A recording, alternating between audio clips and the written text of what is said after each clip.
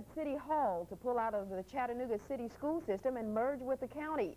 Commissioner Jim Eberly says it's time to call for a voter referendum on this sensitive issue. But when the commissioner took the idea to his colleagues, it ran up against stiff opposition. Citing yearly increases in the city school budget in a time of budget crisis at City Hall, Commissioner Jim Eberly is asking his colleagues to consider a voter referendum, which would essentially shut down the city school system and consolidate it with the county. And if we can eliminate a $7 million a year indebtedness, a commitment, gosh, we can do so much. Eberly says the money could be used to pay higher police wages and upgrade salaries at City Hall, which at this point, he says, would take a tax hike to accomplish.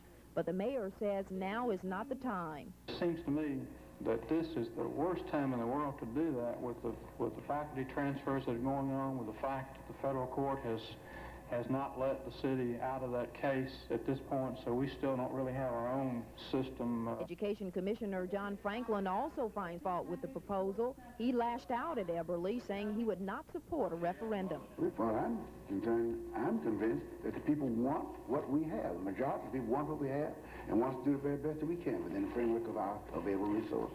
The only glimmer of hope came from Commissioner Tom Kennedy, but he says he needs to know all the legal ramifications before he can make a decision. Eberly says he will ask the city attorney to consider these questions before moving ahead with his idea. Also at City Hall, funds set aside to fund the Riverway and Aquarium projects are under fire.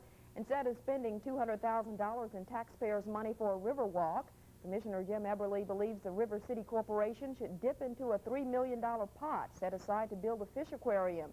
Eberly has never endorsed the aquarium concept and says he cannot in good conscience agree to the $200,000 expenditure.